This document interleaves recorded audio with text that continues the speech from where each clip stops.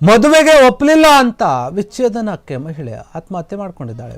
ವಿಚ್ಛೇದಿತ ಆತ್ಮಹತ್ಯೆ ಅಂದರೆ ಮಹಿಳೆ ಯಾರು ಡಿವೋರ್ಸ್ ಆಗಿರ್ತಲ್ಲ ಅವರು ಆತ್ಮಹತ್ಯೆ ಮಾಡ್ಕೊಂಡಿದ್ದಾರಂತೆ. ಆರೋಪಿ ತಾನು ಕೂಡ ಆತ್ಮಹತ್ಯೆಗೆ ಶರಣಾಗಿದ್ದಾನೆ ಅಂತ ಹೇಳಲಾಗ್ತಾ ಇದೆ. ಉತ್ತರ ಕನ್ನಡ ಜಿಲ್ಲೆಯ ಯಲ್ಲಾಪುರದಲ್ಲಿ ನಡೆದಂತಹ ಘಟನೆ ಇದು. ಯಲ್ಲಾಪುರದ ನಿವಾಸಿಯಾಗಿರುವಂತಹ ರಫೀಕ್ ನೇಣು ಬಿಗಿದುಕೊಂಡು ಆತ್ಮಹತ್ಯೆ ಮಾಡಿಕೊಂಡಿದ್ದಾರೆ ಅಂತ ಹೇಳಲಾಗ್ತಾ ಇದೆ. ರಂಜಿತಾ ಮಲ್ಲಪ್ಪ ಬನ್ನೋಡೆಯನ್ನು ಹತ್ಯೆ ಮಾಡಿದ್ದ. ಬನ್ಸೋಡೆ ಅವನು ಹತ್ಯೆ ಮಾಡಿದ ಅಂತ ಹೇಳಲಾಗ್ತದೆ. ಅಕ್ರಮ ಸಂಬಂಧದ ಹಿನ್ನೆಲೆ, ಅಕ್ರಮ ಸಂಬಂಧದ ಒಂದು ಶಂಕೆ ಇತ್ತು. ಮದುವೆಗೆ ಒಪ್ಪದಿದ್ದಕ್ಕೆ ರಂಜಿತಾಳ ಕುತ್ತಿಗೆಗೆ ಹಿರಿದು ಈತ ಕೊಲೆ ಮಾಡಿದ್ದಾನೆ ಅಂತ ಹೇಳಲಾಗ್ತಾ ಇದೆ. ರಂಜಿತಾ ಕತ್ತು ಕೊಯ್ದು ರಫೀಕ್ ಹತ್ಯೆ ಮಾಡಿದ್ದ.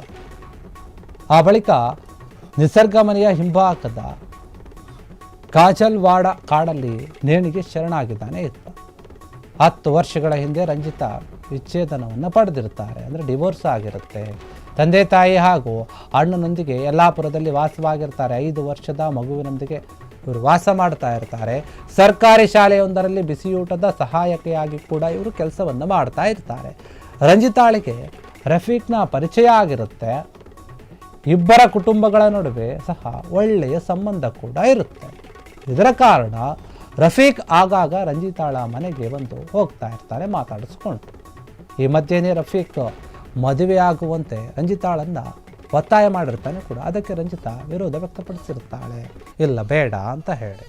ರಂಜಿತಾ ಮಾತಿನಿಂದ ಕೋಪಗೊಂಡಂತಹ ರಫೀಕ್ ಏನು ಮಾಡ್ತಾನೆ, ಶಾಲೆಯಿಂದ ಮನೆಗೆ ಹಿಂದಿರುಗುತ್ತಿದ್ದಾಗ ಅಂದರೆ ವಾಪಸ್ ಬರ್ತಿರ್ಬೇಕಾದ್ರೆ ರಂಜಿತಾಳನ್ನು ಅಡ್ಡಗಡ್ತಾನೆ, ಪ್ರಶ್ನೆ ಮಾಡ್ತಾನೆ ಮತ್ತೊಮ್ಮೆ. ಆಗ ಕೊಲೆ ಮಾಡ್ತಾನೆ. ಅದಕ್ಕೆ ಒಪ್ಪದೇ ಇದ್ದಾಗ ಯಲ್ಲಾಪುರ ಪೊಲೀಸರಿಂದ ಪ್ರಕರಣ ದಾಖಲಾಗಿದೆ. ತನಿಖೆಯನ್ನು ಕೂಡ ಮಾಡ್ತಾ ಇದ್ದಾರೆ.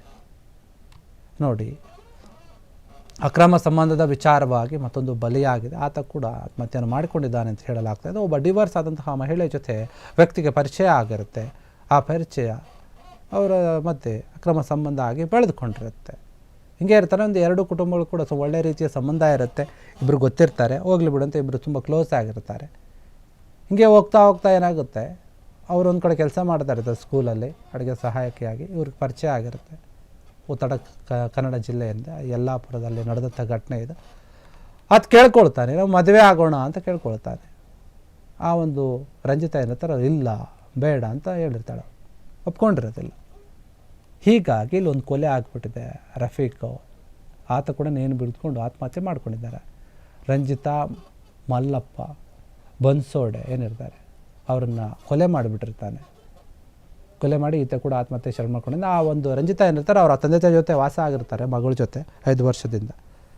ಹೀಗಾಗಿ ಹಿಂಗಿರುವಾಗ ಅವಾಗವಾಗ ಮನೆಗೆ ಹೋಗಿ ಬರೋದು, ಮಾತಾಡ್ಸೋದು, ಹಾಗೆ ಹಿಂಗೆ ಎಲ್ಲ ಕೂಡ ಆಗಿರುತ್ತೆ. ಇಬ್ಬರು ಪರಿಚಯ ಆಗಿರುತ್ತಲ್ಲ, ಅವ್ರಿಗೆ ಡಿವೋರ್ಸ್ ಬೇರೆ ಆಗಿರುತ್ತೆ. ಅವ್ರಿಗೆ ಕೂಡ ಒಂದು ಆಸರೆ ಬೇಕಾಗಿರುತ್ತೆ. ಇವರು ಅದೇ ಒಂದು ತಲೆಯಲ್ಲಿ ಇಟ್ಕೊಂಡು ಓಕೆ ನಾವು ಮದುವೆ ಆಗೋಣ ಅಂತ ಕೇಳ್ತಾನೆ. ಮದುವೆ ಆಗೋದು ಅಂತ ಕೇಳಿದಾಗ ಆ ಡಿವೋರ್ಸ್ ಮಹಿಳಾ ರಂಜಿತಾ ಏನಿದ್ದಾರೆ ಅವ್ರು ಒಪ್ಕೊಳ್ಳೋದಿಲ್ಲ, ಬೇಡ ಅಂತ ಹೇಳಿದಾಗ ಇದು ಕೋಪ ಬರುತ್ತೆ. ಇಷ್ಟು ಜನ ನನ್ನ ಜೊತೆ ಚೆನ್ನಾಗಿದ್ದು ಎಲ್ಲ ರೀತಿಯಾಗಿದ್ದು ಈಗ ಮದುವೆ ಆಗೋಣ ಅಂತ ಕೇಳಿದ್ರೆ ನೀನು ಬೇಡ ಅಂತೀಯಾ ಅನ್ನೋಂಥ ರೀತಿಯಲ್ಲಿ ಏನು ಮಾಡ್ತಾನೆ, ಆ ಸ್ಕೂಲ್ ಬಿಟ್ಟ ಮೇಲೆ ವಾಪಸ್ ಮನೆಗೆ ಹೋಗ್ತಾ ಇರ್ತಾರಲ್ಲ ಆ ಸಂದರ್ಭದಲ್ಲಿ ಹೋಗ್ತಾನೆ. ಮತ್ತೆ ಇನ್ನೊಂದ್ಸಲ ಅಡ್ಡ ಹಾಕಿ ಕೇಳ್ತಾನೆ, ಮತ್ತು ಮದುವೆ ಆಗೋಕ್ಕೆ ಒಪ್ಕೊಳ್ತೀಯಾ ಇಲ್ವಾ ನೀನು ಕರೆಕ್ಟಾಗಿ ಹೇಳು ಅಂತ ಕೇಳ್ತಾನೆ. ಅವರು ಅವಾಗ ಕೂಡ ಒಪ್ಕೊಳ್ಳೋದಿಲ್ಲ ಅಂತ ಅನಿಸುತ್ತೆ. ಹೀಗಾಗಿ ಆ ಸಮಯದಲ್ಲಿನೇ ಈ ಒಂದು ಕೊಲೆ ಆಗಿ ಹೋಗಿಬಿಟ್ಟಿದೆ, ಸಾಯಿಸಿಬಿಟ್ಟಿದ್ದಾನೆ ಕತ್ತು ಸೀಡಿ. ಆ ನಂತರ ಈತ ಕೂಡ ಹೋಗಿ ಏನು ಮಾಡ್ತಾನೆ, ಈತ ಕೂಡ ನೇಣಕೊಂಡು ಆತ್ಮಹತ್ಯೆ ಮಾಡ್ಕೊಂಡಿದ್ದಾನೆ. ರಫೀಕ್ ಅಂತ ಆತನ ಹೆಸರು.